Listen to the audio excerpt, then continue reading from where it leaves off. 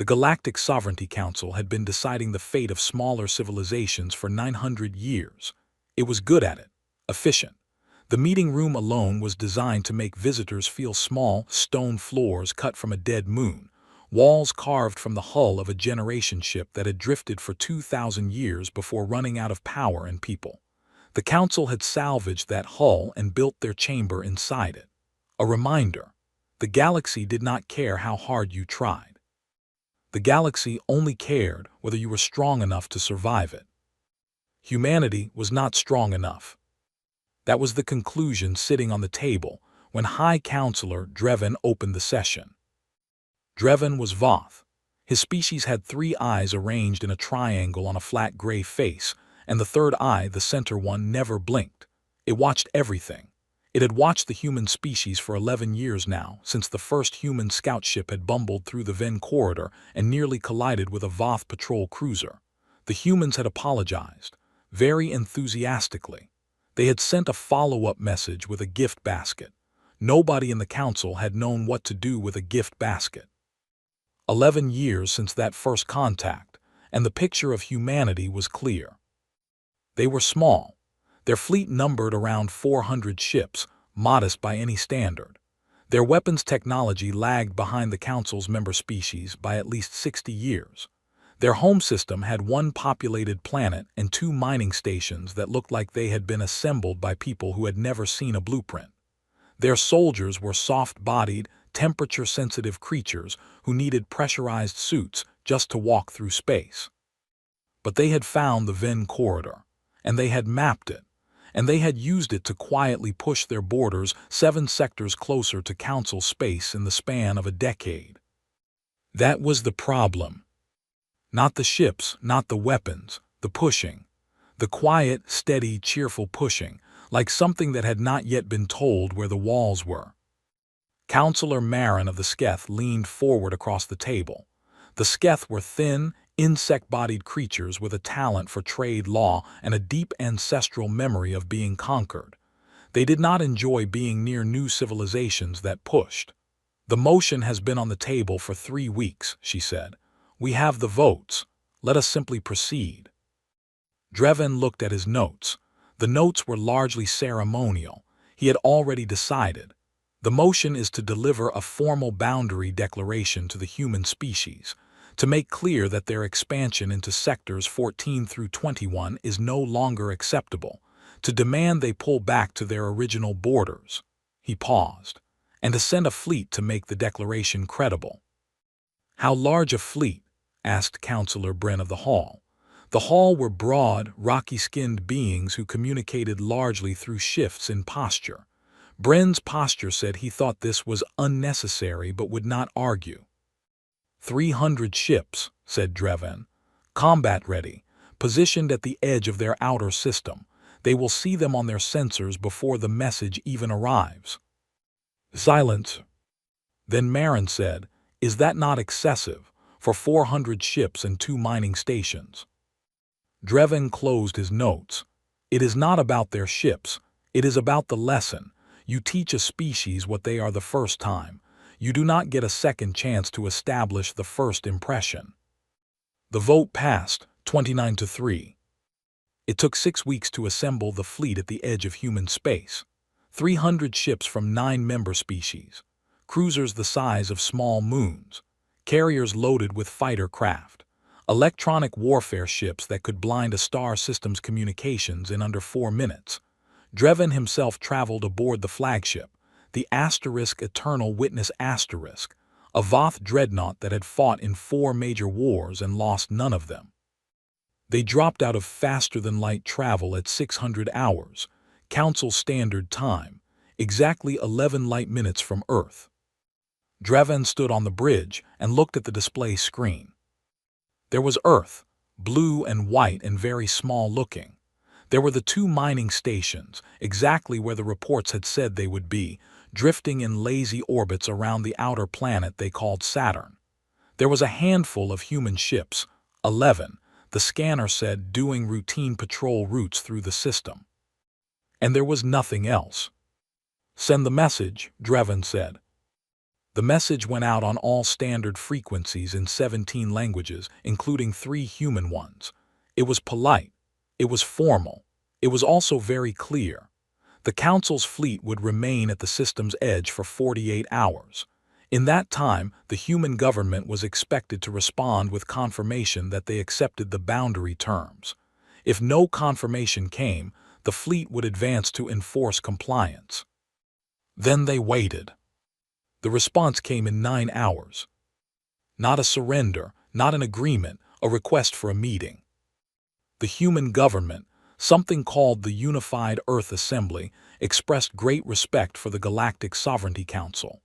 They were very sorry for any confusion regarding the boundary sectors.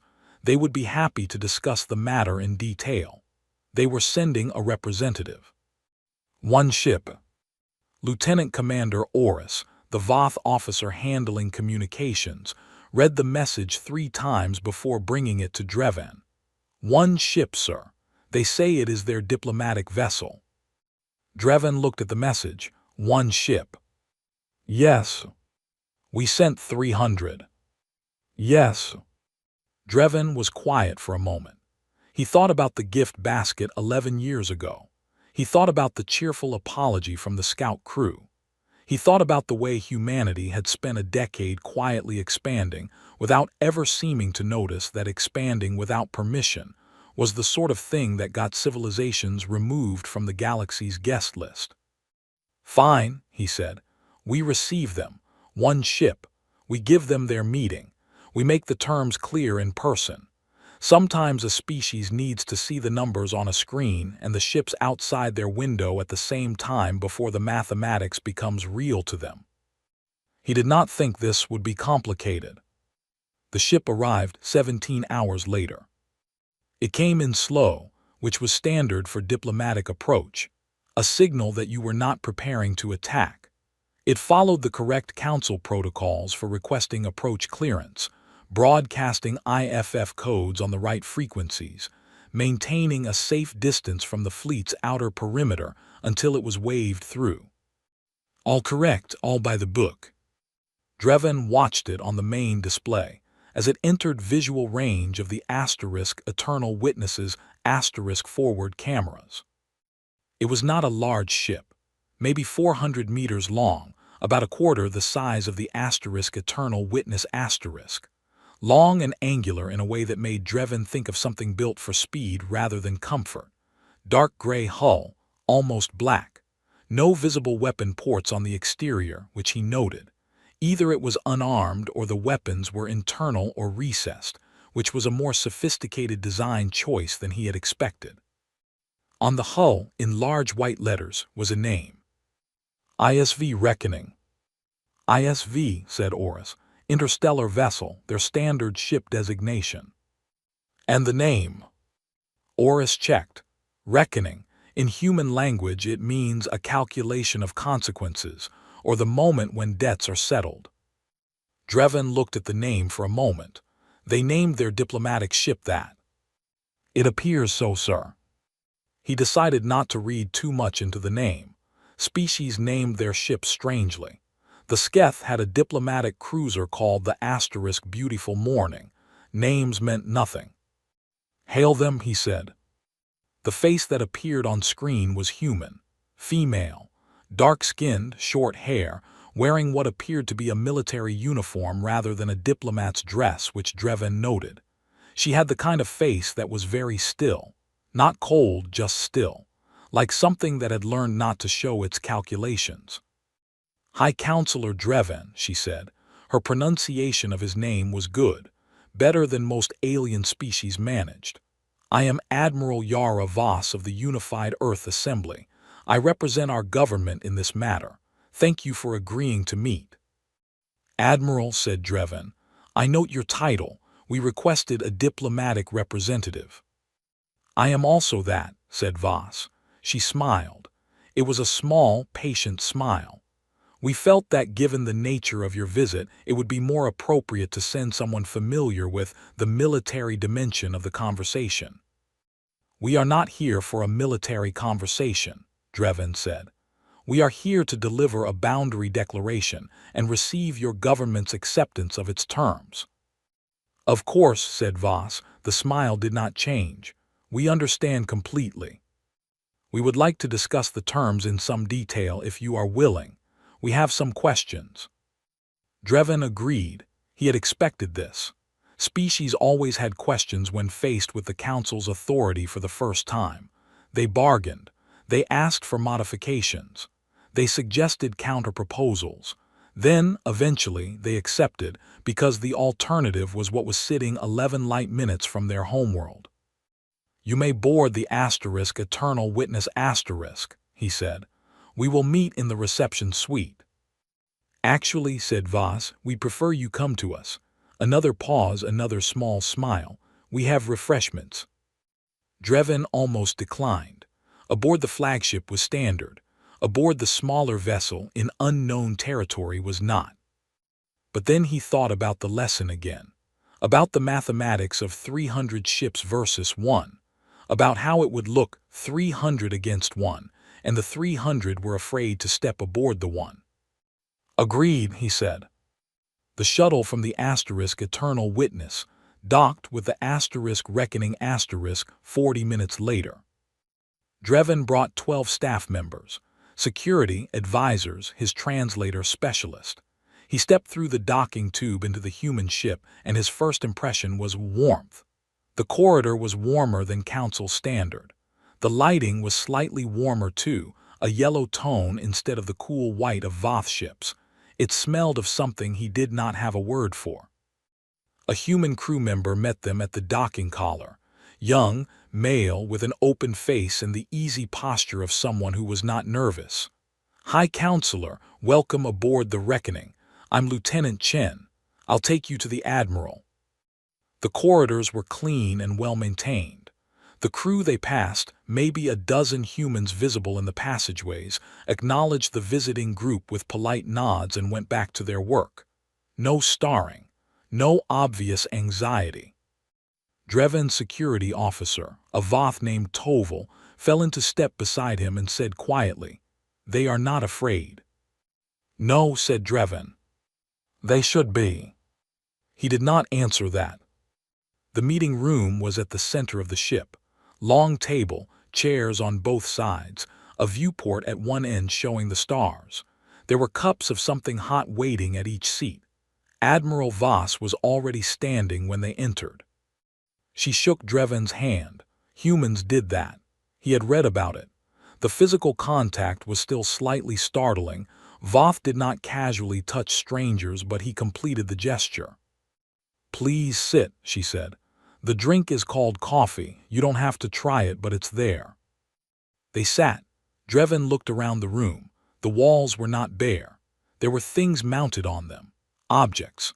A framed photograph of what appeared to be a large gathering of humans in a wide outdoor space.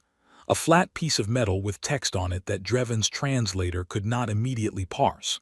And in the corner, something that looked like a piece of hull plating from a different ship, scarred with what could only be weapons fire, mounted like a trophy on a small bracket. Drevin looked at that last one for a moment. Voss followed his gaze. "Piece of a Kreth raider," she said conversationally. "They tried to take our first colony ship about 30 years ago, before we had real warships. We handled it." "With what?" asked Drevin, before he could decide whether to ask. Voss smiled again. The same patient, still smile. "The mining equipment on board," she said. "Creative application." Drevin looked at his notes. The Kreth were not members of the Council, but they were a known species with real combat capability. A colony ship with mining equipment should not have been able to. "Shall we begin?" said Voss. Drevin set the hull plating out of his mind. This was a boundary meeting, 300 ships, 1. The mathematics were clear. He opened the declaration document on his tablet and turned it to face her. She looked at it. She read it carefully all the way through without speaking. Her expression did not change. When she finished, she folded her hands on the table and looked at Drevin across the space between them. "These are interesting terms," she said. "They are the Council's terms." Yes. She tilted her head slightly. Can I ask, and I want to be clear that I am asking genuinely, not as a negotiating position, can I ask why you believe we will accept them? Drevin blinked his center eye slowly. This was a Voth gesture that meant he was choosing his words. Because you are a small, new civilization, and the Council is not. Sure, said Voss. That's true. She glanced at the document again. But you haven't asked us what we brought. The room was quiet. Drevin looked at her. What do you mean? You sent 300 ships, she said. We sent one. I'm sure that seems like a very clear statement of the situation. She paused. We thought about it the same way, actually. We discussed sending more ships, a fleet. Match your numbers, make it look more balanced. Why did you not? Because one ship, said Voss, and the smile was still there, patient and small and not going anywhere, seemed like enough. Drevin's center eye did not blink. Outside the viewport, 300 warships sat in perfect formation against the dark of space. And somewhere in the back of Drevin's mind, a very quiet, very old instinct, the instinct of something that had survived long enough to pass its caution along through 900 years of Council history, said, Ask her what is on this ship. He did not ask, not yet. But he thought about the hull plating on the wall, and the mining equipment, and the name painted on the side of the ship in white letters that meant asterisk the moment when debts are settled. He thought about the crew members who had not been afraid. And for the first time since the fleet had jumped into position 11 light minutes from Earth, High Counselor Drevin felt something he had not expected to feel in this room. He felt curious. Which was, he would later reflect, the first sign that he had already lost control of the meeting. The coffee was, by any reasonable standard, a terrible beverage. Drevin had tried it because declining felt like a small loss of ground, and he was not in the habit of losing ground in any form. It was bitter. It was hot in a way that arrived at the back of the throat like a minor insult. There was a burnt smell to it that the humans in the room seemed to find comforting, based on the way they leaned over their cups before drinking. He set his cup down and returned to the document. The terms are not a proposal, he said. I want to be clear about that. They are not a starting point for negotiation. The Council does not negotiate boundary declarations with species under Tier 4 classification. What's Tier 4? Asked Admiral Voss. She seemed genuinely curious. It is the classification for civilizations in early expansion phase, younger than 100 years of interstellar travel, limited fleet capacity, no Council membership. Ah, she nodded slowly. And what tier are Council member species? Tier 1. Big gap. Yes. She looked at the document again. She had been looking at it in intervals for the past 40 minutes, which was more time than anyone had ever spent looking at a boundary declaration in Drevin's experience. Usually, by this point, the representative of the smaller species was either crying, bargaining, or already signing. Voss was doing none of these things. She was reading the document with the focused attention of someone who was looking for something specific and had not found it yet. Drevin's advisor, a sketh named Pell, leaned close to his ear. She is stalling, Pell whispered. I know, said Drevin. We should press. I know, he said again. He looked at Voss across the table. Admiral, I understand this is not easy news to receive. But the fleet outside your system is not a negotiating tool. It is a fact. Every hour we spend in this room is an hour your government spends looking at 300 warships on their long-range sensors. I do not believe extending that experience is in your people's interest. Voss looked up from the document. You're probably right, she said. Can I ask you something personal? He had not expected that. What? How many of these meetings have you done? Boundary declarations, new species, this kind of thing. Drevin straightened slightly. This is my 14th. 14, she seemed to think about that, and all 14 accepted the terms.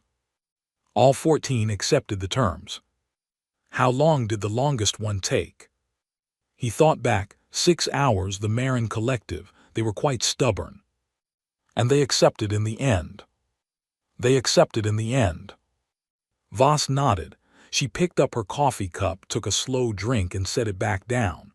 I want you to know, she said, that I genuinely respect the Council's position. 14 for 14 is a strong record. You clearly know what you're doing. She paused. I also want you to know that we're not the Marin Collective. No species is any other species. That's a fair point, she smiled.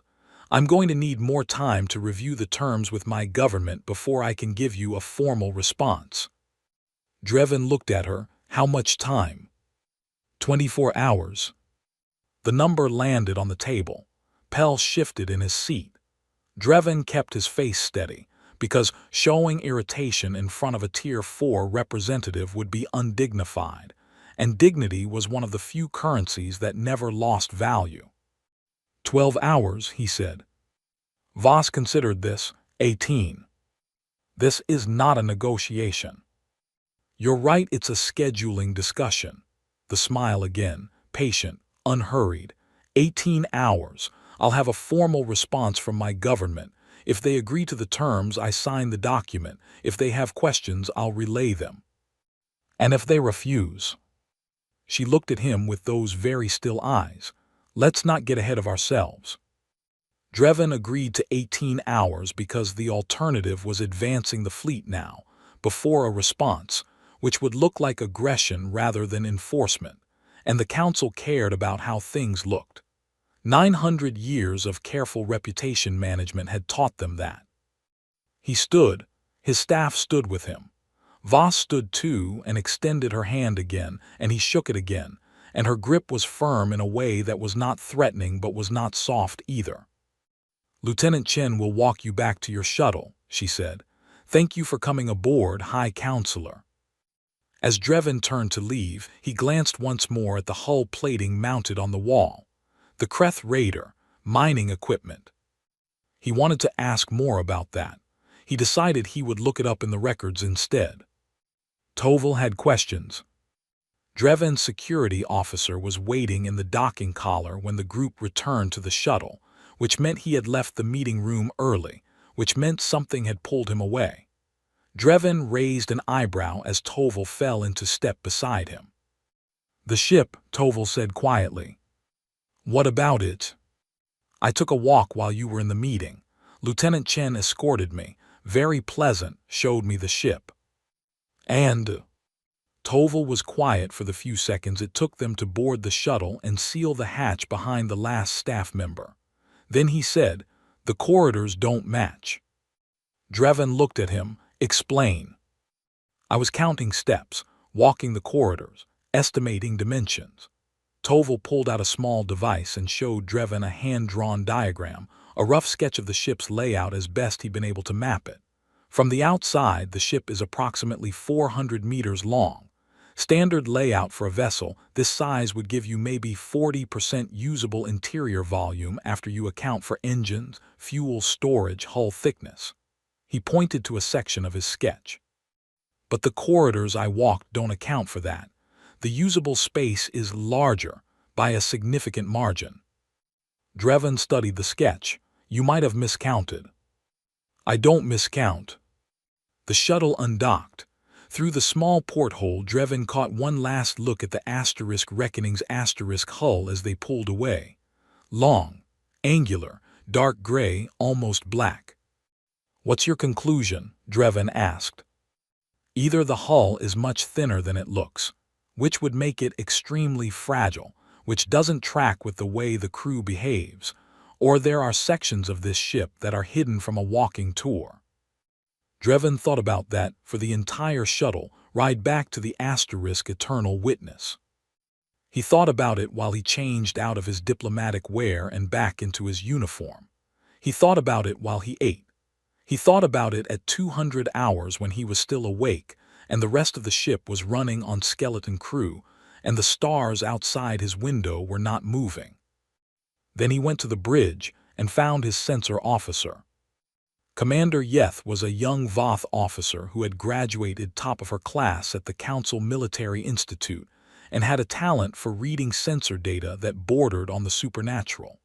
She was awake when Drevin arrived on the bridge, which said something about her habits. "The human ship," Drevin said without preamble. "What do our sensors say about it?" Yeth pulled up the data on her console. "Standard long-range scan, sir. We've been running passive monitoring since they docked." "Show me the power signature." She pulled up a graph. The Reckoning's asterisk power output over time, a line that should be relatively flat, showing normal operation, normal power draw for life support, navigation, communications. Drevin looked at the line. It was not flat. It spiked regularly. Not dramatically, the spikes were not huge, but they were consistent. Every 40 to 60 minutes, the ship's power draw increased sharply for roughly 90 seconds, then returned to baseline. "What is that?" Drevin asked. "Unknown," said Yeth. "Our best guess is a charging cycle, some kind of capacitor system drawing power and storing it." "Charging for what?" "Unknown." "Weapon." "Possibly, but the frequency doesn't match any weapon system in our database. It's also too slow for a weapon-ready cycle. Most weapons charge in seconds or minutes. 40-minute intervals suggest something larger, or something that requires very high total energy stored before it can operate." Drevin stared at the graph. The spikes were small, patient, regular, like breathing. "How long has it been running this cycle?" Yeth checked. "Since approximately 2 hours after the ship entered our perimeter, sir." Which meant it had started the cycle before the meeting had even begun. "Can you tell how much energy has been stored?" "Not precisely, but if the cycle has been running for 18 hours at current draw," she did the math quickly on her secondary screen. "A significant amount, sir. More than this class of ship should need for any standard operation." Drevin looked out the viewport at the human ship, sitting quiet and dark 3 kilometers off the asterisk Eternal Witnesses asterisk port side. One ship, 400 meters, dark gray hull, almost black. He thought about the crew members who had not been afraid. "Keep monitoring," he said. "I want to know the moment anything about that power signature changes." "Yes, sir." Yeth paused. "Sir, do you want me to begin a more aggressive scan? We could get better data with an active sensor sweep." "Would they know we were scanning?" "Almost certainly." Drevin thought about it. Aggressive scanning in diplomatic hold was technically a provocation. It said, "We do not trust you," which they did not, but saying it out loud or saying it in sensor frequencies changed the nature of the meeting. "Not yet," he said. He went back to his quarters. He did not sleep. He lay on his bunk in the dark and thought about 14 meetings and 14 acceptances, and the Marin collective who had held out for 6 hours and eventually signed, because 6 hours was nothing against the weight of 300 ships. He thought about Voss, who had asked for 18. He thought about what she had said, "We're not the Marin collective." And he thought about what she had not said, which was, "We're afraid." Because she hadn't said that. Neither had anyone on her crew. Not one person on that ship, in all the corridors and meeting rooms and docking airlocks, had looked afraid. Drevin had done 14 of these meetings. He knew what afraid looked like. He knew what a species looked like when the mathematics of the situation settled on them. He knew the particular quality of silence that came over a room when a smaller civilization's representative finally understood that the choice was not between good outcomes. It was between bad outcomes and very bad outcomes. Voss had not had that silence. Voss had served coffee and talked about scheduling and smiled. At 800 hours, Lieutenant Chen sent a polite communication to the asterisk Eternal Witness, informing them that Admiral Voss was ready to resume talks whenever the High Counselor wished. Drevin went. This time he brought Toval and Yeth and told them both to pay attention to everything. Not the conversation, everything else. The walls, the sounds, the equipment, the crew, everything that was not the conversation. The meeting room on the asterisk reckoning looked the same. Voss was at the table when he arrived, a fresh cup of coffee in front of her. Two other humans were with her this time. A man with close-cropped gray hair who was introduced as Admiral Voss's senior tactical officer, Commander Hale, and a younger woman with dark eyes and an expression of polite patience who was introduced simply as Dr. Park, ship's science lead. Drevin sat, his staff sat, the hull plating was still on the wall. "You've had time to consult your government," he said. "What is the Assembly's position?" "The Assembly has a few questions," said Voss. Drevin breathed in, breathed out. "As I said yesterday, this is not a negotiation. And as I said, these are questions." She folded her hands on the table. "The declaration requires us to withdraw from sectors 14 through 21, that's 7 sectors. We've had active operations in those sectors for 6 years. Civilian settlements, research outposts, families." She said the word carefully, not dramatically, just placed it there, families. "The declaration gives us 30 days to complete the withdrawal." "That is correct." "What happens to the settlements during those 30 days? Are they protected under Council oversight?" "They are considered human territory until the deadline passes." "And after the deadline?" "They are considered unauthorized occupation of Council-administered space." "Which means?" Drevin looked at her. "Which means the Council will take whatever steps are necessary to enforce the boundary." Voss nodded slowly. "I see." She glanced down at the document. "And the research outposts. We have 11 active research stations in those sectors. One of them is a joint project with the Hall. Are Hall researchers also required to withdraw?" Drevin looked at his advisor Pell, who checked his records. "Joint projects do not grant exemption," Pell said quietly. "So our Hall colleagues would also be required to leave within the deadline." Voss appeared to think about this. She turned to Dr. Park and said something in a low voice that Drevin's translator caught as a fragment, something about the numbers and the surface area calculation. Park responded equally quietly. Then Voss looked back at Drevin. "High Counselor," she said, "I want to ask you something and I'd appreciate an honest answer." "I am always honest." "Is there any version of this meeting where we don't sign the declaration?" The room was quiet. Drevin looked at her. "No," he said, "there is not." "That's what I thought." She picked up her coffee, took a long drink, set it down. "Then I'd like to ask you something else." She looked at him, and for the first time the smile changed. It did not disappear. It got smaller, quieter, and somehow more solid. The way a fire gets smaller but hotter when you compress it. "How much do you know," she said, "about what this ship actually is?" The room was very quiet. Toval, standing against the wall behind Drevin, went still in the particular way that well-trained security officers go still when something shifts. "It is a diplomatic vessel," Drevin said. "It is also that," said Voss. "Yes." She glanced at Commander Hale, who was looking at the table with the neutral expression of someone who had heard this part of the conversation before. Then she looked back at Drevin. "When the Assembly decided to respond to your fleet, we had a discussion about what to send. The options were complicated. You chose one ship. We chose this ship." The distinction was gentle but clear in the way she said it. "Not a ship, this one." Drevin looked at her, at the hull plating on the wall, at Hale's neutral face, at Park's dark, patient eyes. "Why?" he said. "Because one was enough," she said. "And because, more than that," she paused.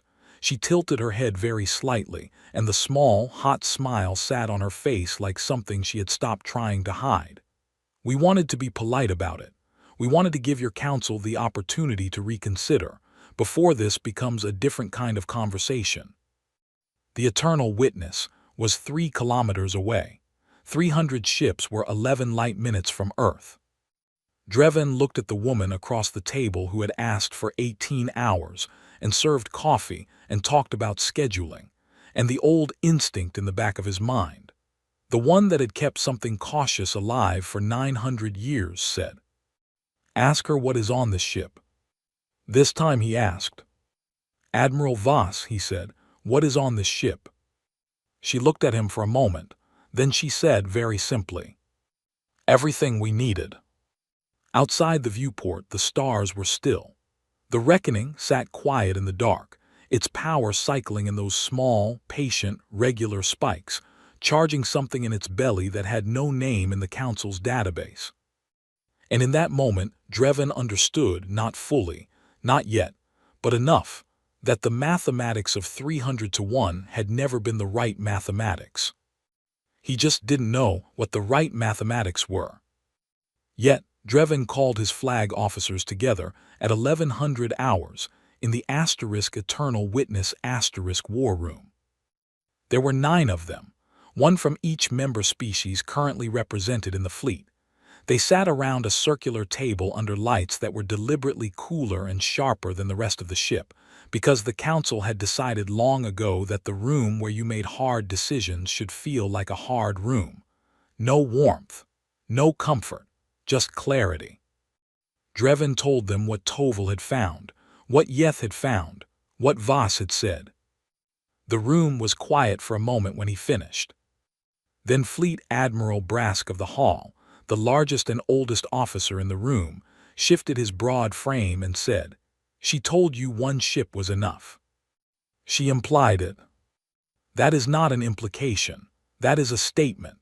Brask's posture said something more than his words, the particular angle of his shoulders that translated roughly as, "I have heard this tone before, and I did not like where it went. You said she was not afraid." "Not visibly." "In my experience," said Brask, "there are 2 kinds of species who face a larger force without showing fear, the kind that has not yet understood what they are facing." "And the other kind?" asked Admiral Save of the Keth, a narrow, fast-moving species who ran most of the Council's light combat wing. Brask looked at the table, "The kind that has." Another silence. Drevin looked at his officers. He thought about what he knew. 1 ship, hidden interior volume, power cycling for 18 hours, a piece of Kreth Raider hull on the wall, a crew that had spent the whole visit looking like people waiting for something they had already decided was going to happen. "Option 1, he said. "We advance the fleet. We surround the Reckoning and inform Admiral Voss that the time for discussion has passed. We give her 1 hour to transmit her government's acceptance. If she does not, we treat the ship as a hostile vessel and proceed accordingly." "Proceed accordingly meaning?" asked Save. "Disable it, minimally. We are not here to start a war. We are here to enforce a boundary declaration." "Option 2, said Brask. "We withdraw. We return to Council space. We table this matter and revisit it with more information." The room did not need to discuss Option 2 for very long. Withdrawing without a signed declaration was not a neutral action. It was an admission.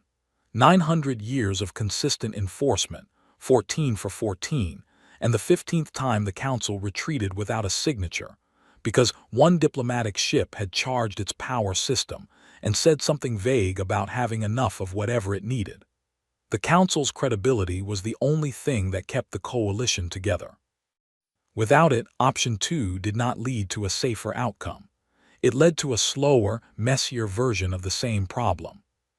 "Option 1, said Drevin, "unanimous agreement." It was not quite unanimous. Brask voted yes, but his posture said something about the weight of that yes that Drevin chose not to translate directly. The fleet began to move at 1300 hours. Not all 300 ships. That would have been excessive in a way that even the Council found uncomfortable. Drevin ordered the forward group, 60 ships, to advance from the outer perimeter toward the Reckoning's position. 60 was still a number that communicated everything it needed to communicate. 60 warships tightening a circle around 1 400-meter diplomatic vessel was not an ambiguous gesture. The reckoning did not move. Dreven had expected some reaction, a retreat to a safer distance, a rapid communication from Voss, something that would indicate the situation had been recalibrated.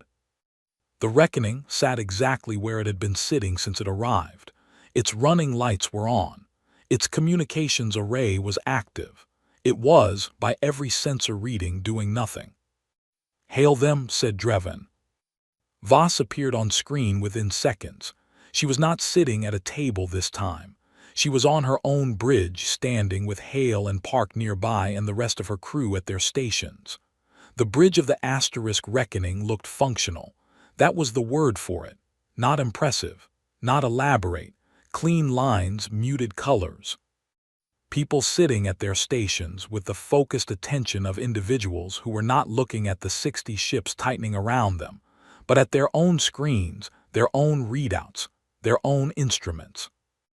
"High Counselor," said Voss, "I was expecting your call." "The fleet is advancing," said Dreven. "I want to give you one final opportunity to transmit your government's acceptance before this situation changes in a way that will be difficult to reverse." "I appreciate that," said Voss. "I really do." She paused. "I have a question for you first." "Admiral." "One question. Then I'll let you do what you're going to do." She looked at him with the still, flat patience she had worn since she first stepped through his communications screen. "How much do you know about human history?" Dreven did not answer immediately. "Not political history," she said. "Not the exploration history. I mean the older part, the part before we left our planet." She glanced sideways at something off-screen, then back. "Because there is something about us that I think is relevant to this conversation, and I want to be fair to you about it before we proceed." "Admiral, the fleet." "We were at war for most of our history," she said, not loudly, not dramatically. The way you state a fact that everyone in the room already knows but has not said out loud yet. Continuous war, thousands of years of it, tribes, then kingdoms, then nations, then coalitions. We fought over land, over water, over belief systems, over lines on maps that weren't even real. We developed weapons against ourselves. We used them against ourselves. She paused again. And we survived that. All of it. And then we took everything we learned from thousands of years of hurting each other, and we applied it to engineering. The 60 ships were 3 light seconds out now. Dreven watched the distance tick down on his secondary screen while Voss spoke. "I'm not telling you this to threaten you," she said. "I'm telling you because I think it's information you deserve to have before you give your next order." She looked directly into the camera with those still eyes and said, "Are you sure?" "Transmit your government's acceptance," said Dreven, "or stand by for enforcement action." Voss held his gaze for 3 full seconds. Then she said, "Okay," and closed the channel. "Not a weapon." That was the first thing Dreven noticed, and the most confusing one, when the Asterisk Reckoning finally moved. The ship did not power up weapons. It did not raise shields. It did not attempt to retreat. It turned slowly, almost lazily, rotating on its long axis until its bow was pointing not at the approaching fleet but at a point in empty space roughly 40 degrees off the fleet's port flank. "What is it targeting?" Dreven asked. "Nothing," said Yeth. "There's nothing in that direction, clear space." "Then what?" The power signature spiked.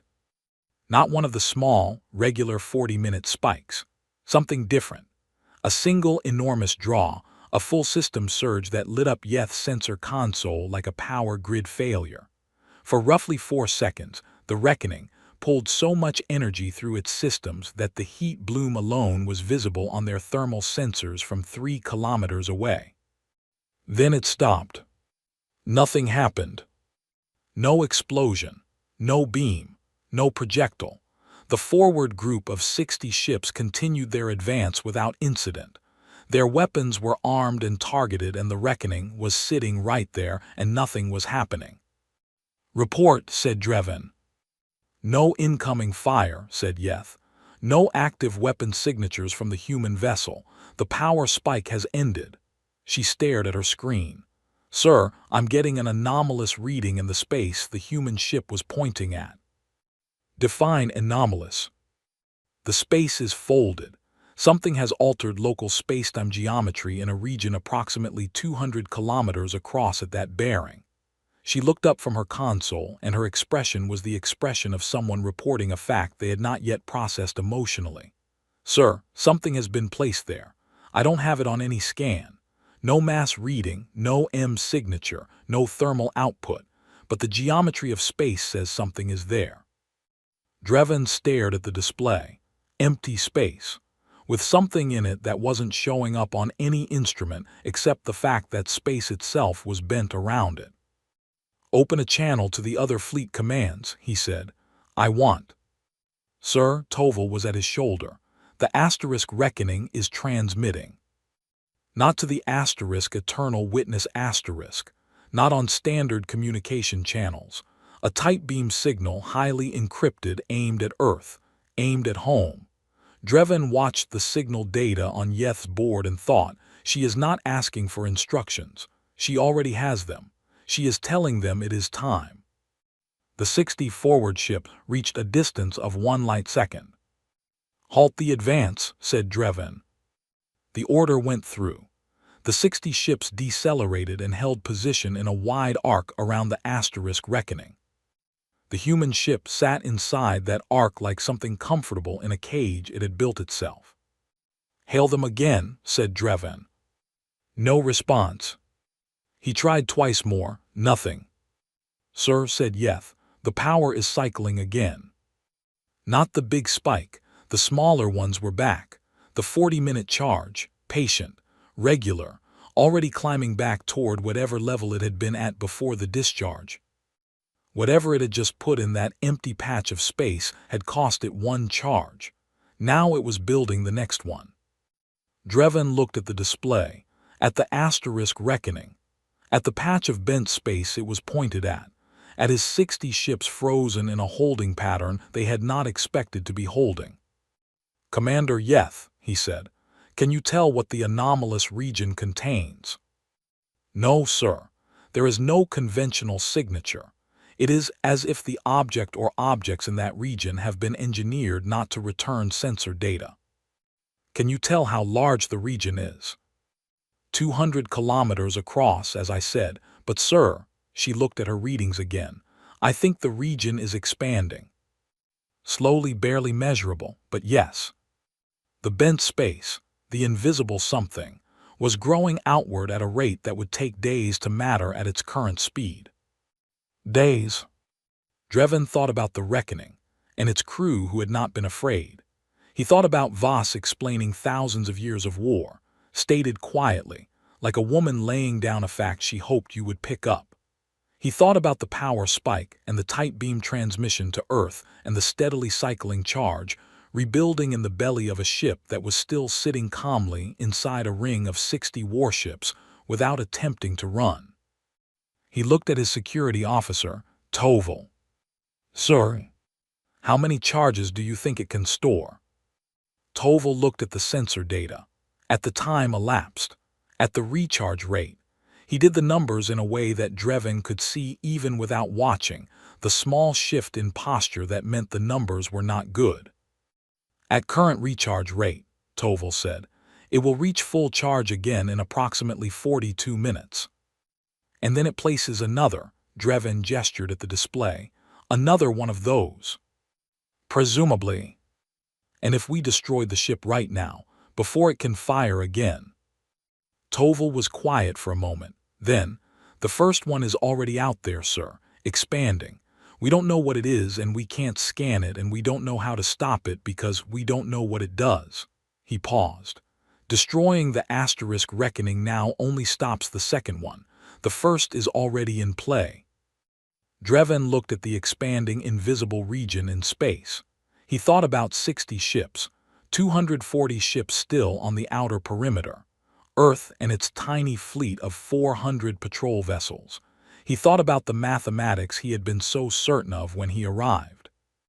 300 to 1. He had been thinking about the wrong number all along. The right number was not 300, not 1. not even the 18 hours Voss had asked for. The right number was 42 minutes. That was how long the Council had to decide what to do before the Asterisk Reckoning deployed its second invisible, unscannable, expanding object into the space between his fleet and home. And the Reckoning was still just sitting there, running lights on, crew at their stations, charging patiently in the dark. Drevin sat down in his command chair and looked at the empty stars and thought, what did she put out there? And underneath that, quieter, colder, the question he had been avoiding since the first moment he had seen the crew members who did not look afraid. What else does she have? 41 minutes, 38 minutes. Drevin called the war room back together and told them what Yeth had found. The anomalous region. The invisible something expanding slowly through the space between the fleet and home. The recharge cycle already climbing back toward full. The room absorbed it the way experienced officers absorbed bad information. Quietly, quickly, already moving to the next question before the last one had fully landed. Destroy the ship, said Admiral Save immediately. Right now, 60 ships at point-blank range. We reduce it to debris before it can fire again. And the first deployment, said Brask. We deal with the first deployment after we neutralize the source. We don't know what the first deployment is. Then we figure that out while it's no longer getting company. Drevin held up a hand. Before we do anything irreversible, he said, I want to understand what we are dealing with. Yeth, can you give me anything more on the anomalous region? Yeth had been working at her console since the briefing began. She looked tired in the way of someone who had been staring at readings that refused to make sense and had stopped expecting them to. I have more data, sir, not more clarity. She pulled up the display. The region is expanding, slowly, but it is not expanding uniformly. It is spreading along the gaps between our ships, following the spaces in our formation. No one spoke for a moment. It is not just expanding outward, Yeth said. It is threading itself through us. Drevin looked at the display. The bent space region had started as a roughly circular area 200 kilometers across, aimed at a patch of empty space. Now the display showed it differently, tendrils, barely measurable, extending along the negative space between ships, following the gaps in the fleet formation like water finding the paths of least resistance through rock. What does that tell you about what it contains? Drevin asked. Whatever is in there, said Yeth, is not passive, it is navigating. Another silence.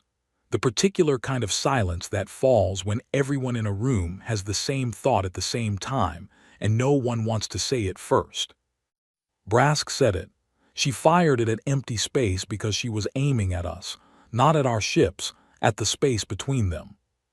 29 minutes. Drevin made a decision. He hailed the reckoning again. This time Voss answered immediately, which told him she had been watching and waiting for the call. Tell me what you deployed, he said. I was wondering when you'd ask directly, she said. Her voice was calm and the smile was gone, not replaced by hostility, just gone. What was there instead was plainer, more honest, and somehow harder to read. I'll tell you. Not because I'm required to, but because I think you deserve to understand the situation you're in before anyone makes it worse. Then tell me. What I deployed, she said, are called seeds, about 14,000 of them. They're small enough that your sensors can't resolve individual units. They're coated in a material that absorbs rather than reflects your scan frequencies, which is why the space reads as bent rather than as objects. They've been threading through your formation for the last 20 minutes. She paused. They are currently distributed through approximately 60% of your fleet. 28 minutes. Drevin kept watching the clock on his secondary screen as she spoke. What do they do? He said. On their own right now, nothing. They are completely inert. No weapons, no explosives, no active systems.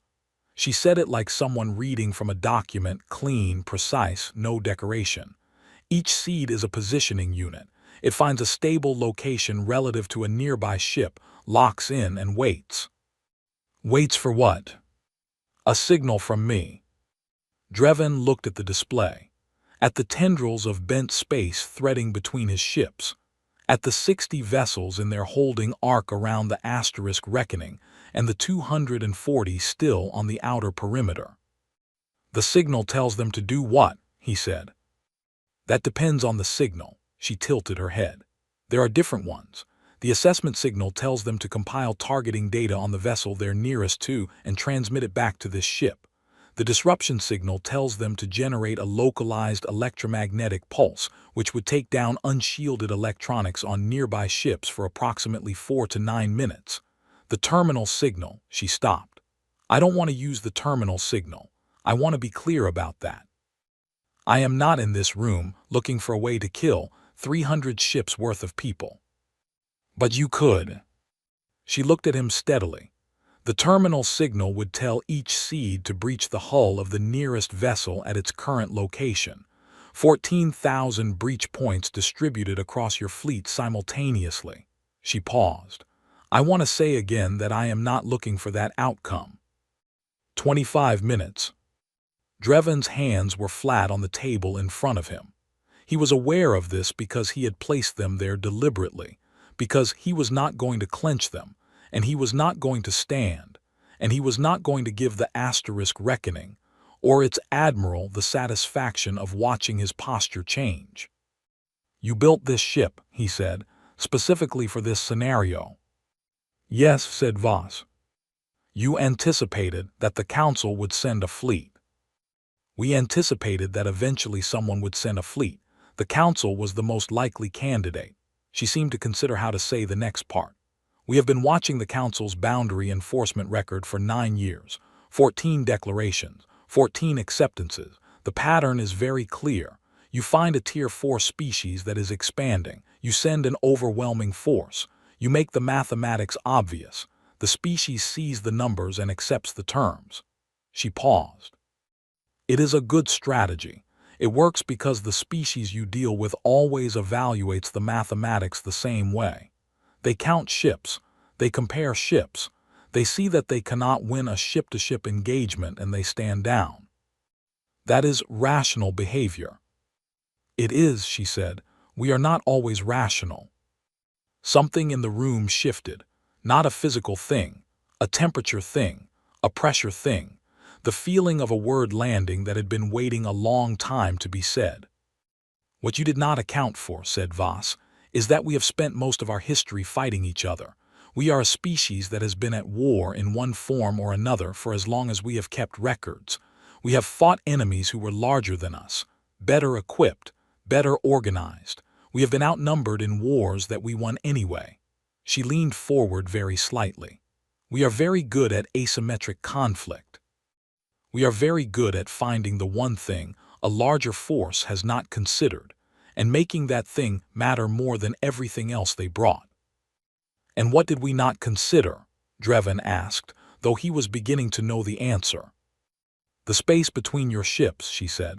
You thought about your numbers, you thought about your firepower, you thought about your formation and your approach vectors and your hull ratings.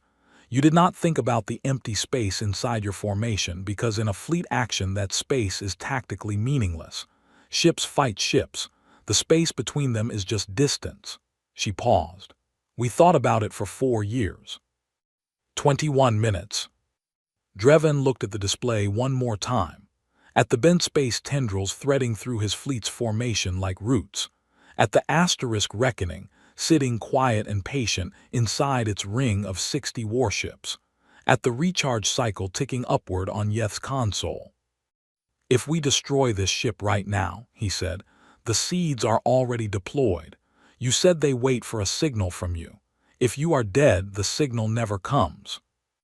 That's correct, she said. So destroying you actually ends the threat. Also correct, she met his eyes, if you can do it fast enough. He caught the qualifier, meaning. Meaning the seeds also have a passive trigger. If this ship stops broadcasting its identification frequency, if it goes silent, for any reason, they read that as a terminal event and they act without a signal. She held his gaze. They were designed that way specifically so that destroying this ship is not a clean solution. If you kill us, the seeds still fire. You lose the fleet anyway, and you have also started a war. The clock said 19 minutes. Drevin sat back in his chair. He thought about Voss asking him how much he knew about human history. He thought about her saying we are not always rational asterisk. He thought about 14 declarations and 14 acceptances, and what it said about the council that their strategy had worked so consistently that they had stopped asking whether it would stop working. They had walked into a system they thought they understood. One homeworld, 400 patrol ships, 2 mining stations, soft-bodied, temperature-sensitive creatures in pressurized suits. They had not asked the right question. They had asked, can they fight us? They should have asked, have they been preparing for us? How long? Drevin said. Voss looked at him. How long have you been building for this? For the council specifically? Since we found the Venn corridor, she said. Since we realized we were not alone and started mapping who our neighbors were. She sat back. We found the records of your boundary declarations, all 14 of them. We studied them. We studied your fleet doctrine, your approach patterns, your sensor capabilities, your formation preferences. We built the seeds to fit the gaps in your specific formation protocols. She paused. The reckoning was not built to fight a fleet. It was built to fight your fleet. Somewhere in the back of Drevin's mind, the old instinct that had been running quiet since the moment he stepped onto this ship, the one that had said ask her what is on this ship, was now saying something different. It was saying, she is still not telling you everything. The seeds, Drevin said slowly, you have 14,000 on board. You deployed them with one discharge, one 42-minute charge cycle. He looked at her. What did the second charge cycle produce? Voss was quiet for a moment, a beat too long to be thinking of the answer. She already had the answer. She was deciding whether to give it. The second cycle, she said, is different. The seeds are a defensive system. They exist to neutralize your fleet's ability to take offensive action against us. The second system is not defensive. 18 minutes. What is it? Drevin asked. It is what happens if you choose not to stand down, she said. It is what we built for the scenario where the council decided that losing 300 ships was an acceptable cost for maintaining the precedent of your boundary declarations. She leaned forward again. Because we war-gamed that scenario too. We asked ourselves, what if they don't care about the fleet? What if the council's credibility matters more to them than 300 ships and the people on them? Drevin said nothing. We could not let that be a viable option for you, she said. Because if you could absorb the fleet loss and still enforce the declaration, then our defensive system would not be enough. So we built a second answer. Her voice stayed even, factual. The second discharge deploys a different kind of package, not seeds, anchors, 20 of them. Each one creates a permanent fold in local spacetime like what you detected earlier, but stable, lasting. She paused. The anchors would be placed along the council's most used transit corridors, your FTL lanes, not blocking them, positioned adjacent to them. But an anchor near a transit point generates enough spacetime distortion that anything using that transit point at speed would experience.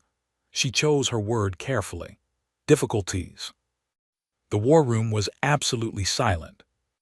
How long would the anchors remain? Drevin asked. They do not degrade, said Voss. They are permanent. Permanent? 20 stable spacetime folds positioned along the council's transit lanes. Not blocking them, just there. An invisible obstacle in a road you had been using for 900 years. The kind of thing that would take decades to map, longer to understand, and cost ships every year until you did.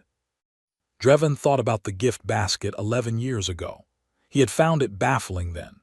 Cheerful creatures bumbling through the Venn corridor with fruit and packaged items, and an extremely enthusiastic apology. The same creatures who had spent 11 years doing this, who had looked at the council's 900-year record and found the specific gap in the armor, the specific empty space between the ships, and then built, quietly and cheerfully and without any apparent anger, a weapon that fit exactly into that gap. 15 minutes. What do you want? Drevin said. To keep our sectors, said Voss. To keep the settlements and the research stations and the families that are already there. To continue expanding at the rate we have been. She paused. And for the council to understand that we are not the Marin Collective. We are not any of your 14 previous meetings. And the sooner everyone understands that, the better the outcome is for every species represented in your fleet. The clock said 14 minutes.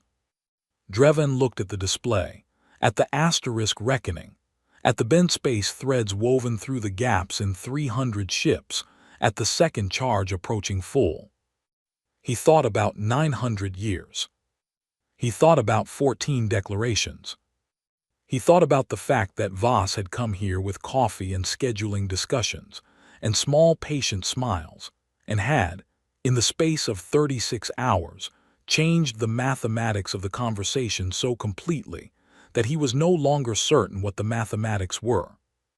He thought about one thing Voss had said and kept coming back to it, turning it over, because it was the most important thing she had said and he had almost missed it. We built the seeds to fit the gaps in your specific formation protocols. She had not built a weapon. She had built an answer to a question, a specific, studied, rehearsed answer to the specific question the council would ask, which meant she had also built an answer to the next question the council would ask after that, and the one after that. She had not sent one ship because one ship was enough to fight 300. She had sent one ship because she had already fought 300, on paper, in simulations, in the 4 years of preparation that had produced this vessel and this crew and those 14,000 seeds and this exact conversation. The battle had been over before the fleet left council space. Drevin understood that now with the clean, cold certainty of someone who had just found the last piece of a puzzle and did not like the picture it made. The humans had been smiling, he realized, not because they were confident. They had been smiling because they were finished. 13 minutes. He looked at Admiral Voss on the screen. She was waiting, not impatiently, not nervously, just waiting the way someone waits when they have already done everything they came to do. I need to consult my officers, Drevin said. Of course, said Voss.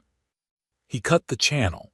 He looked around the war room at the 9 flag officers of the Galactic Sovereignty Council, and none of them were speaking, and all of them were looking at him. Brask's posture said, I told you. Thoughts, said Drevin. The room was quiet for 3 seconds. Then Save said, in a voice that was stripped of everything except the bare mechanical function of words, can we identify the seeds, target them individually? No, said Yeth from her station. They are below our sensor resolution. Can we purge the formation, create a field that neutralizes them en masse? We don't know enough about their construction to know what would affect them. Can we jam the signal she uses to trigger them? We don't know the frequency. Save fell silent. 12 minutes. Drevin looked at the display one last time, at the clock, at the asterisk reckoning. He thought about one more thing she had said. We are not always rational. A rational species, facing this situation, would have built a larger fleet, would have matched the council's numbers or tried to, would have looked at 300 ships and decided they needed 301. An irrational species, or a species that thought differently about the problem, had looked at 300 ships and built something that lived in the spaces between them.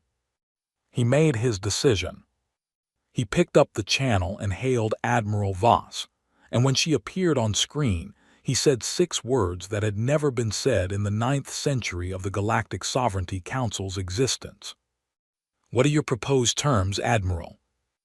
And Voss looked at him, and the small, patient, compressed-fire smile came back one last time, and she said, I thought you'd never ask.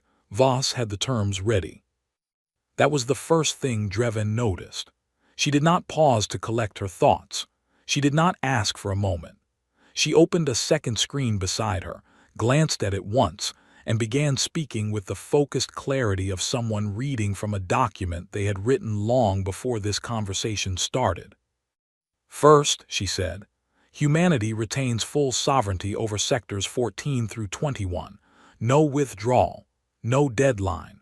The settlements and research stations remain. The joint project with the Hall continues under its existing agreements. Dreven noted it, said nothing. Second, the Council formally recognizes the Unified Earth Assembly as a Tier 1 civilization, not Tier 4, not a provisional classification. Full recognition with all the standing and protections that carries. Across the war room, Dreven heard Pell make a very small sound.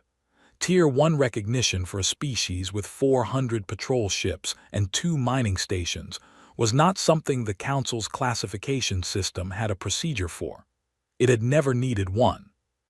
Third, the Council's fleet withdraws from this system within 6 hours of treaty signature and does not return without explicit invitation from the Assembly. And fourth, Dreven asked, because there was always a fourth. Fourth, said Voss, the Seeds stay. The war room was very quiet. They stay deployed, she said, in your fleet, in the formation gaps exactly where they are right now, inert as they are now. They will not activate unless the treaty is broken. She let that settle. They are not a weapon at that point. They are a record, a guarantee. The treaty is not enforced by goodwill. It is enforced by the fact that the seeds are already there and both sides know it. Dreven looked at her. You are asking us to sign a treaty that has a loaded weapon sitting inside our own ships. I am asking you to sign a treaty that you cannot break without consequence, she said, which is the only kind of treaty that works. She paused. The Council has held its authority for 900 years through the credibility of its enforcement. You understand better than anyone that a guarantee without teeth is just a wish. These are the teeth. They belong to both sides. He thought about that. It was not wrong. It was, in fact, the most honest thing anyone had said in 2 days of talking. A peace with no mechanism for enforcement was not a peace. It was a delay. If the treaty holds, Dreven said, permanently, the seeds are never activated and we carry them indefinitely. Yes, and we cannot remove them. You can try, she said. You won't find them, but you can try. The plain, honest tone again, no edge to it. The alternative is that you decline the terms and I send the second discharge, in which case the seeds activate, the anchors go into your transit lanes, and we have a war that neither side can win cleanly. We've modeled it. She glanced at her screen. The Council wins eventually, probably. But it costs you 40 to 60 years of disrupted transit infrastructure, and somewhere between 8 and 12% of your active fleet in the first engagement alone. She looked back at him. And then you still have to deal with us after that. Except by then, we have had 40 to 60 years to build more reckoning Asterisk-class vessels. The clock said 11 minutes. Dreven looked at his flag officers. At Brask, whose posture had moved from I told you to something more tired and more complicated. At Save, who was staring at the table with the expression of a person reassembling a picture they thought they had understood. At Pell, who was running the Tier 1 reclassification against every piece of Council law he had memorized, and finding, apparently, that the law had not anticipated needing to say no. Give me 10 minutes, Dreven said. You have 11, said Voss. He cut the channel. The 10 minutes were not enough and were also more than enough, because the decision had been clear for some time, and the 10 minutes were really just the space needed for everyone in the room to arrive at it from their own direction. Save got there by way of the numbers. Brask got there by way of the 40 to 60 years. Pell got there by way of the law, which, in the absence of explicit prohibition, had always granted the High Counselor emergency authority to negotiate non-standard terms in the field. Dreven got there by way of something simpler. He thought about a species that had spent thousands of years fighting itself. That had developed weapons against itself and used them against itself and survived all of it. That had looked at the stars when it finally got there and found a galaxy full of larger, older, better-armed civilizations and had thought, quietly, patiently, without anger for 11 years, we need to be ready. Not for conquest. Voss's terms were not the terms of a species that wanted to take something. They were the terms of a species that wanted to be left alone and had built exactly enough to guarantee it. The Council's strength had always been the willingness to act. Humanity's, it turned out, was the willingness to prepare. He thought about 14 boundary declarations and 14 acceptances and what they had in common. Every species the Council had ever faced this way had looked at the fleet and calculated the cost of resistance and decided the cost was too high. That was rational. That was correct. Humanity had looked at the fleet and decided to make resistance free. That was something else entirely. We accept the terms, Drevin said, with one modification. He opened the channel. Voss was waiting. The clock said 9 minutes. She had the same expression she had worn through most of the last 2 days, that patient, settled stillness, like something that had finished moving. One modification, Drevin said. The seeds. Both sides agree that they are a monitoring system only, that their presence in Council vessels carries no offensive meaning while the treaty stands, that they are never used for intelligence gathering, no activation of the assessment signal, no targeting data collected. He looked at her. They are only ever activated if the treaty is violated. Both sides confirm this in the treaty language. Voss considered this for 3 seconds. Agreed. And one addition from our side, he said. The Council requests formal diplomatic exchange, a human ambassador to the Council chambers, a Council representative to Earth. Something shifted in Voss's face. The smallest thing. He had spent 2 days watching her face and he caught it, a brief, fractional softening around the eyes, there and gone. Agreed, she said. We'd like that. The treaty document was drafted in 30 minutes. Legal staff from both sides worked across the open channel, trading language, confirming translations, checking against Council law and Assembly law simultaneously. It was the fastest treaty drafting in Council history, which was partly because the terms were simple and partly because 9 minutes had concentrated everyone's focus considerably. At 1847 hours, Council Standard Time, Drevin signed it on behalf of the Galactic Sovereignty Council. Voss signed it on behalf of the Unified Earth Assembly. At 1849 hours, the power cycling on the asterisk reckoning stopped. The second discharge was stood down. The seeds remained inert, invisible, embedded in the fleet's formation gaps like silent punctuation at the end of a sentence no one wanted to finish. At 1900 hours, Drevin ordered the fleet to begin withdrawal. He went back to the reckoning asterisk one more time before the fleet left. He had not planned to. The treaty was signed. The withdrawal was underway. There was no procedural reason to return to the human ship, but he went anyway because there was one question he had not asked and he thought he might not get another chance. Voss met him at the docking collar herself. Just her, no staff. She looked the same as she had for 2 days, uniform, short hair, flat face. She also looked slightly tired in a way that had not been visible before, which was the first sign of something that was not the surface she had been showing him. He had wondered about that, what was under the patience, whether the stillness was genuine or constructed. He was beginning to think it was both. One question, he said. She gestured for him to walk with her. They moved down the corridor past the crew stations, past the functional walls and the warm yellow light. Ask it, she said.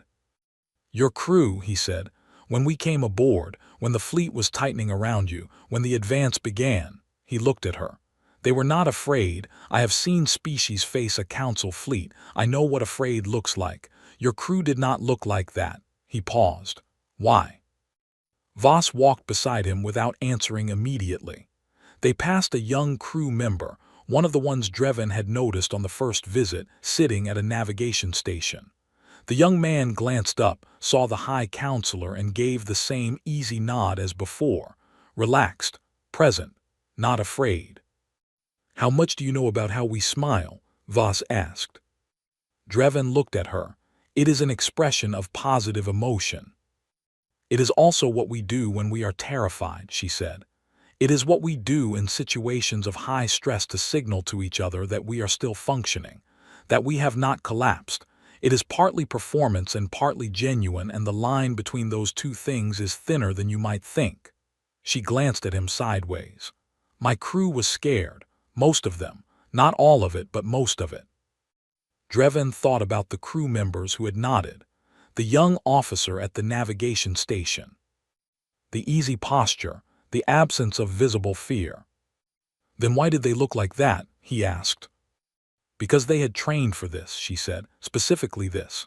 For 2 years before this deployment they ran simulations of this exact scenario. Council fleet at the outer perimeter, 60 ships in a holding arc, the seeds deployed, the charges building, the clock running." She paused. "They had failed those simulations many times, made mistakes, lost the ship on paper a dozen times, and then they got it right, over and over, until getting it right was what felt normal." She stopped walking. They were at a junction in the corridor, and she turned to face him. "When you train for something until you know every outcome, every variable, every decision point, you are still afraid when it happens. You are a biological creature and your body does what bodies do, but the fear is familiar. You recognize it, and somewhere underneath the fear is a steadier thing because you have been here before." She paused again. "Not here exactly, but here in every way that matters." Dreven looked at her. "Preparation," he said. "Preparation," she said. He thought about it, about what it meant that a species had built this ship and trained this crew and drafted these terms and done all of it before the council had even scheduled the meeting, before the fleet had even assembled. "How many people on Earth know this ship exists?" he asked. "Most of them," she said. "We don't keep secrets well, someone always tells." There was a small warmth in her voice that had not been there before.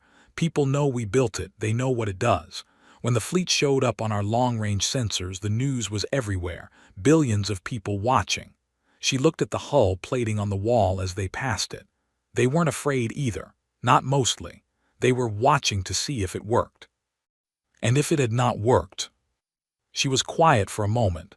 "Then we would have built the next one differently," she said. It was not bravado. It was not even confidence in the conventional sense. It was something flatter and more persistent than confidence. Something that did not require an audience or a guarantee. A species that had been knocked down enough times that the knocking down had stopped being the relevant variable. The relevant variable was whether you got up and what you built next. Dreven walked back to the shuttle. He stood in the docking collar for a moment before crossing over, and he turned around one last time. Voss was standing at the end of the corridor, watching him go. "High Counselor," she said, "for what it's worth, we didn't want this to go badly. We prepared for it to go badly because that is what you do, but we didn't want it."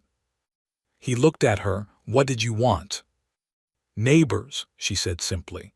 "We have a whole galaxy and we have been alone in our corner of it for a long time." The tiredness was more visible now, and under it something else. Something genuine and uncomplicated that did not fit in the same room as seeds and transit anchors and 42-minute charge cycles. "We just wanted it done right." He nodded once. He crossed the docking collar and sealed the hatch behind him. The fleet withdrew in good order. 6 hours as the treaty specified.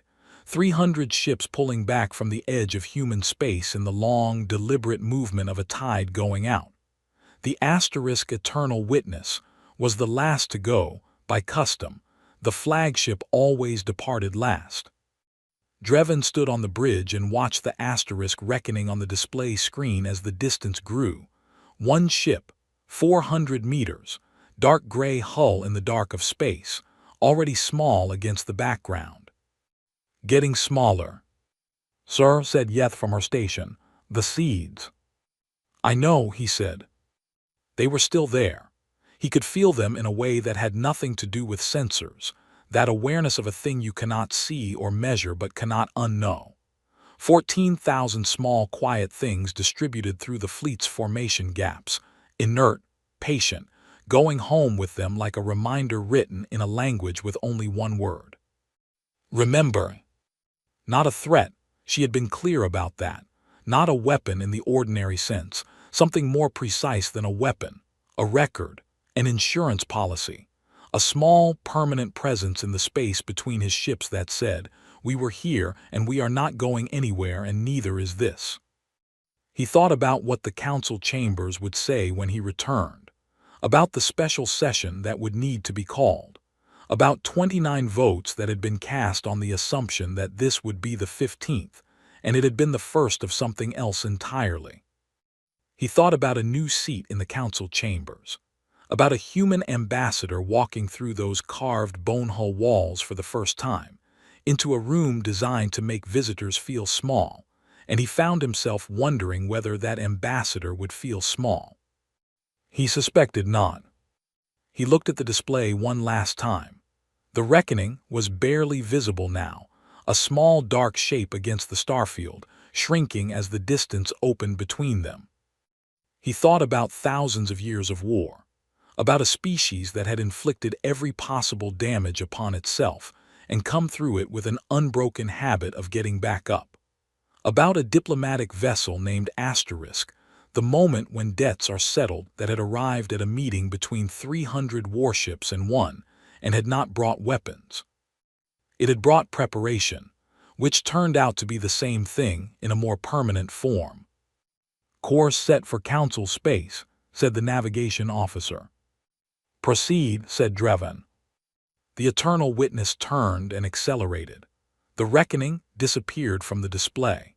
Human space fell away behind them. The stars ahead were the same stars they had always been, older than anyone in this fleet, indifferent to the question of who was large and who was small and who had sent 300 ships and who had sent one. But the space between those stars was different now. 14,000 things in it that had not been there before. And somewhere in a blue and white planet, 11 light minutes back, billions of people who had been watching their screens were finding out that the mathematics had worked, that the preparation had worked, that one ship had been enough. And they were smiling. Not because they had won.